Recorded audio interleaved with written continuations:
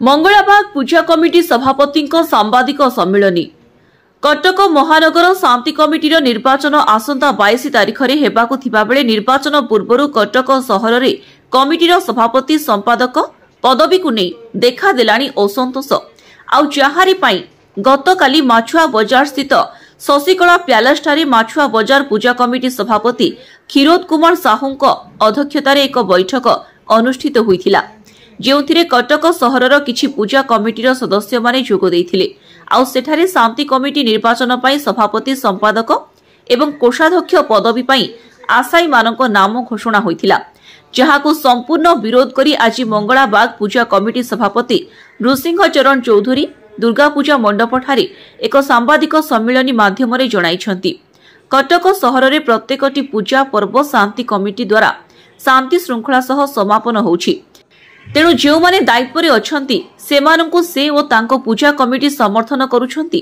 गतकाली Sasikala palace रे होथिबा शांति committee विरोधी आलोचना रे से भूल रे जोग देइथिले बोली कहिछंती। निश्चित भाबरे एटा ठीक नो काहे कि ना एटा हमको आगुरु कहिना जे विरोध रे छिड़ा होछ आमे सेठी गला बेलको आमे देखुछु जतेले एई बलिया कथार्ता करछु शांति कमिटी विरोध रे आमे ताकू उत्तर देइछु शांति कमिटी किभଳି भाबरे शांति श्रृंखला रे कटक सहर गोटे दौड़े बांधी की केमती पूजा आरंभ करछि तो 60टा मेढ नाही ना 160 मेढ हलानी सेति पई आमे सेठी जाइतु देखिलु जोतरु सेठी आमे विरोध कलु कहि के आसिलु आसिला पर देखिलु जे से तांकर सेक्रेटरी प्रेसिडेंट कैश कोषाध्यक्षर ना देइचंती पेपर रे सेठी खाली 10-12टी पूजा कमिटी थिला बाकी गुडाई लोक थिले 70-60-70 जन पाखापाखि सब थिले किंतु तादरे पूजा कमिटी 10-12 जन खंडे थिबे किंतु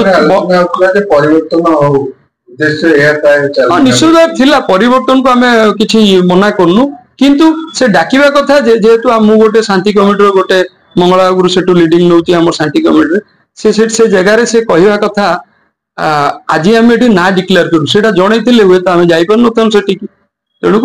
मंगलाबागर सब पूर्व पुराणा शांति कमिटी सांगे सभापति संपादक सांगे आम सब रहीचु जो मंगलाबागर यात्रा आरंभ तेणुक से आज नुह दीर्घ 30 वर्ष 40 वर्ष है कटक सहर को समय देकी कटक सहर गोटे दौड़े बांधिकी रखिंट से सांगे रोच ब्यूरो रिपोर्ट कामयाब टीवी।